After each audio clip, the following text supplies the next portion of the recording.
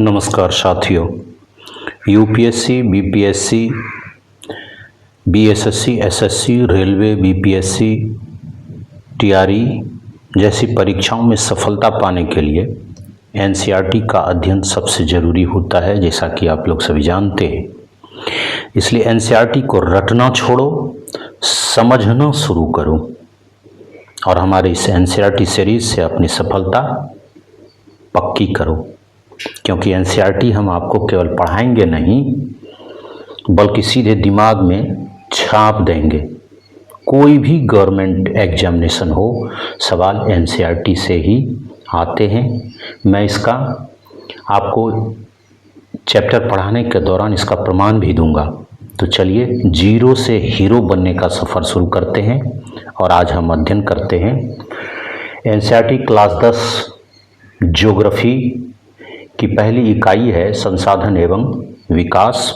और संसाधन एवं विकास ये इसकी टॉपिक संसाधन क्या है पर हम लोग विचार करेंगे। संसाधन क्या है का अध्ययन करेंगे।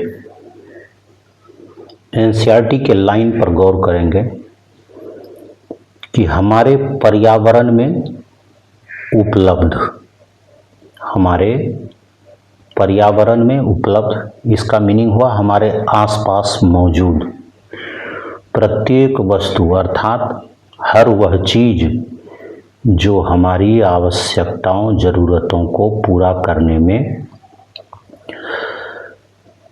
प्रयोग में लाई जा सकती है या प्रयुक्त की जा सकती है, या जिससे हम अपनी ज़रूरतें पूरा करते हैं और जिसको बनाने के लिए प्रौद्योगिकी उपलब्ध है, टेक्नोलॉजी उपलब्ध है, अर्थात जिसे बनाने की तकनीक हमारे पास मौजूद है।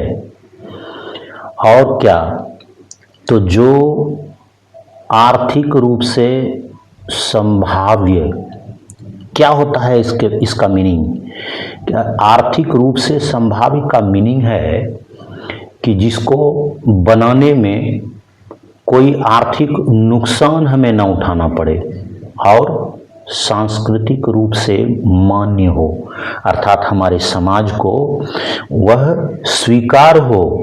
एक संसाधन है, एक संसाधन है। संसाधन किसे कहेंगे? हमारे आसपास मौजूद वह चीज़ जो हमें हमारी ज़रूरतों को पूरा करने और उसे बनाने की हमारे पास तकनीक मौजूद हो और समाज उसे स्वीकार करे, उसे बनाने में कोई आर्थिक नुकसान ना हो, वो क्या है? संसाधन है। सवाल है कि हमारे पर्यावरण में जो उपलब्ध वस्तुएं हैं, अर्थात हमारे प्रकृति में जो चीज़ें मौजूद है, मानव उसको प्रौद्योगिकी का इस्तेमाल करके, तकनीकी का इस्तेमाल करके और संस्थाओं से पारस्परिक क्रिया करके अपने लिए उपयोगी बनाता है, अर्थात उपयोग के लायक बनाता है, रूपांतरित करता है। इन चीज़ों को उपयोगी बनाने वाला कौन है? तो मानव है। और किसके द्वारा? तो तकनीक के द्वारा, प्रौद्योगिकी के द्वारा। अब कहाँ से चीज़ों को लेकर? तो प्रकृति के साथ, प्रकृति से लेकर, भौतिक पर्यावरण से चीज़ों को लेकर अपने आर्थिक विकास की गति को तेज करने के लिए ये मानव संस्थाओं का निर्माण करते हैं। आप इस चित्र में देख पा रहे हैं, एक त्रिकोण है, त्रिभुज है, और इसमें यहाँ पर आप देख पा रहे हैं कि ये प्रकृति है, यहाँ प्रौद्योगिकी है, यहाँ संस्थाएं हैं। इन तीनों के बीच एक अंतर संबंध को दर्शाया गया है और इसके केंद्र में मानव है। तो यहाँ प्रकृति का मीनिंग क्या हो गया? तो प्रकृति से हम क्या लेते हैं? कच्चे माल लेते हैं। प्राकृतिक संसाधन तो हम यहीं से प्राप्त करते हैं। प्रकृति जैसे भूमि हो गया, जल हो गया और विभिन्न प्रकार के खनिज हो गए, खनिज हो गए, ये सारी चीज़ें प्रकृति का द्योतक है इसमें। और प्रौद्योगिकी मतलब कि मानव जो है प्रकृति से ये चीज़ें जो प्राप्त किए, इसको अपने उपयोग में लाने के लिए जो तकनीक, टेक्नोलॉजी उपयोग में लाते हैं, कौशल जो उपयोग में लाते हैं, वो क्या कहलाएगा भाई? वो प्रौद्योगिकी है। और इसमें संस्था से क्या मीनिंग है?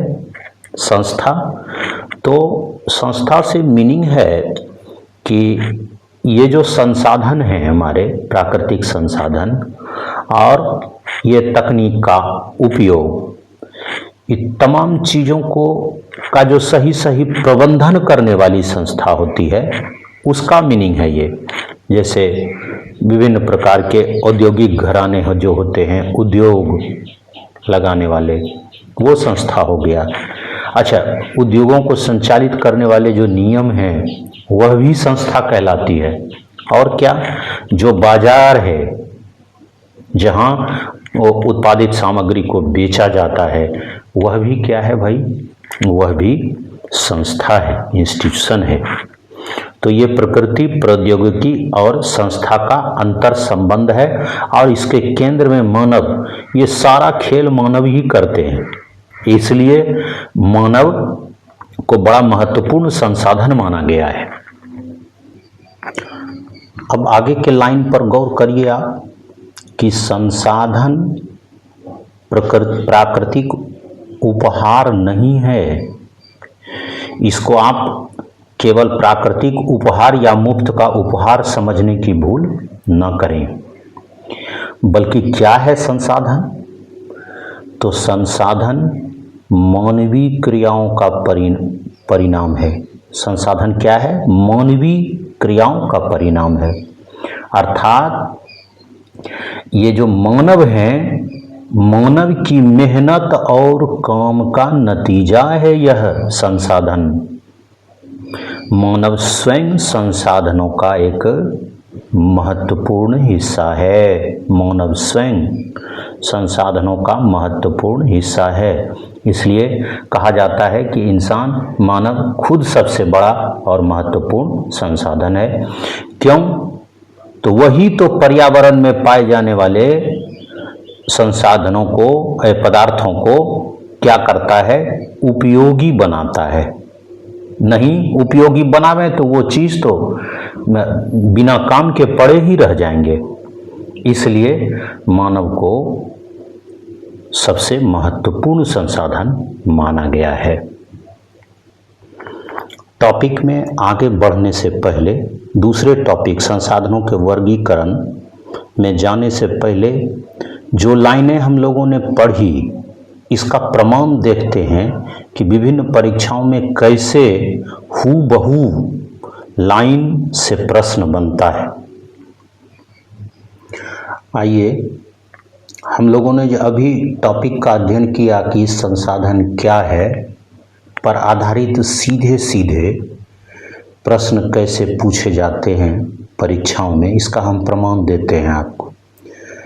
पहला सवाल है कि निम्नलिखित में से किसी तत्व या वस्तु को संसाधन के रूप में परिभाषित करने के लिए मानदंड माना जाता है। चीजें आपको दी गई है। पहला क्या है? तकनीकी रूप से सुलभ, आर्थिक रूप से दूसरा आर्थिक रूप से संभाव्य, और तीसरा सांस्कृतिक रूप से मान्य। और कूट का उपयोग किया गया है नीचे, इसमें आपको उत्तर चयन करने के लिए कहा गया है। और सबसे बड़ी बात कि आप ये देखिए कि ये यूपीएससी सिविल सेवा प्री में 2019 में पूछा गया प्रश्न है। और आपके एनसीईआरटी बुक से लाइन कहाँ मिलता है, ये देखिए। आर्थिक रूप से, तकनीकी रूप से सुलभ अर्थात प्रौद्योगिकी उपलब्ध हो, आर्थिक रूप से संभाव्य अर्थात आर्थिक रूप से संभाव्य का मीनिंग क्या हुआ कि इसको निकालने में कोई आर्थिक नुकसान ना हो, और सांस्कृतिक रूप से मान्य हो, अर्थात समाज उसे स्वीकार करे। देखिए हूबहू लाइन से क्वेश्चन है आपको, ये यूपीएससी सिविल सेवा प्री 2019 में पूछा गया सवाल है। तो आप समझ सकते हैं कि इसमें तो तीनों शर्तें आपको पूरा करना है, तीनों शर्तें चाहिए, तकनीकी रूप से भी सुलभ, आर्थिक रूप से भी संभाव्य और सांस्कृतिक रूप से भी मान्य होना चाहिए ये। तो इसका आंसर डी बनेगा, 1, 2 और 3। अब एक सवाल देखिए कि जो बीपीएससी प्रारंभिक परीक्षा 2021 में पूछा गया है, हूबहू कैसे एनसीईआरटी से लाइन मिलता है। संसाधन होते नहीं मानवीय क्रियाओं द्वारा बनते हैं।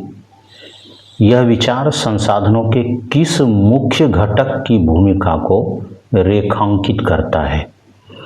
आप देखिए कि एनसीईआरटी में यह लाइन आपको दिया हुआ है कि संसाधन मानवीय क्रियाओं का परिणाम है और मानव स्वयं संसाधनों का एक महत्वपूर्ण हिस्सा है। यदि इस लाइन से आप उसको इंटर रिलेट करिएगा तो आपको आंसर स्वतः ही पता चल जाएगा। तो इसका उपयुक्त आंसर क्या होगा, मानव स्वयं, बी।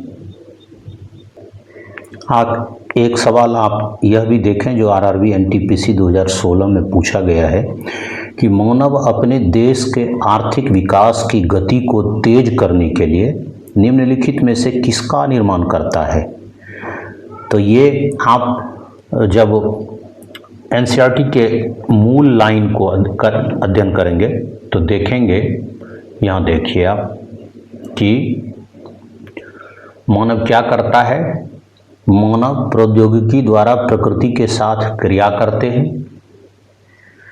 और अपने आर्थिक विकास की गति को तेज करने के लिए संस्थाओं का निर्माण करते हैं, संस्थाओं का निर्माण करते हैं। देखिए कि एनसीईआरटी के लाइन से कैसे क्वेश्चन एराइज होता है, और यदि आप इसका भरपूर अध्ययन करेंगे तो कोई भी परीक्षा पास करना मुश्किल नहीं है।